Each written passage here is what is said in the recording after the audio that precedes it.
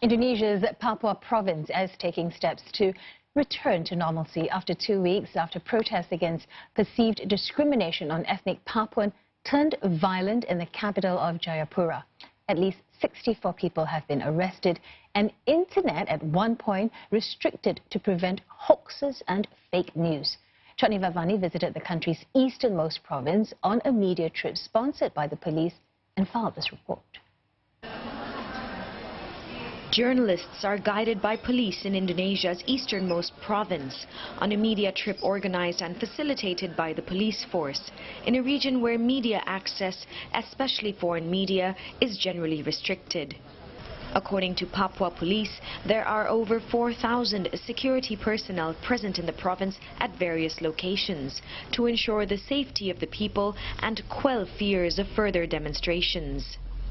It appears to be business as usual here in Jayapura, where protesters took to the streets just about 2 weeks ago and burned these buildings, among many others, to the ground. Protesters had marched through the streets and set fire to several structures along the way, including this building belonging to state-controlled telecoms firm Telekomunikasi Indonesia.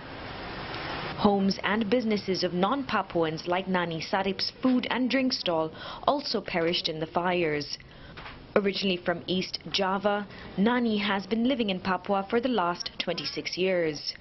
Papuans I approached declined to be interviewed on camera. Off camera, they spoke of the hurt they felt in the aftermath of the alleged racism incident in Surabaya, where Papuan students were allegedly subjected to racist words by the East Javanese and some members of the security force. There was talk of simmering tensions which also exist among different Papuan clans, particularly between those living in Papua's mountainous regions and those in the coastal areas, who often stand together with migrants from other parts of the archipelago.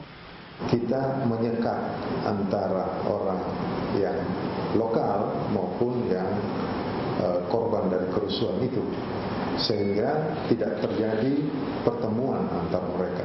Tetapi itu berlangsung hanya 1-2 hari, kemudian sudah tidak terjadi lagi. Itu yang kita lakukan sehingga tidak terjadi konflik horizontal selanjutnya. In a province with over 3 million people, majority of Papuans are Protestants, and religion plays a key role in the region. Chairperson of the Indonesian Pastors Association in Papua says the riots were a channel to express the aspirations of the people, who have carried their pain through generations. Despite abundant natural resources, Papua and West Papua provinces are among the poorest in Indonesia.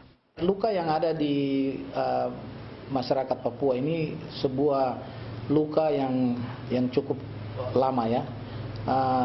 Itu luka yang namanya luka generasi, turun-temurun. Ini membutuhkan satu kesembuhan, penyembuhan, tindakan penyembuhan. Dan hal ini tidak hanya bisa disentuh dengan pembangunan. Saya mau memberi himbauan kepada semua pihak. Mari kita duduk bersama-sama dan kita bicara tentang rekonsiliasi.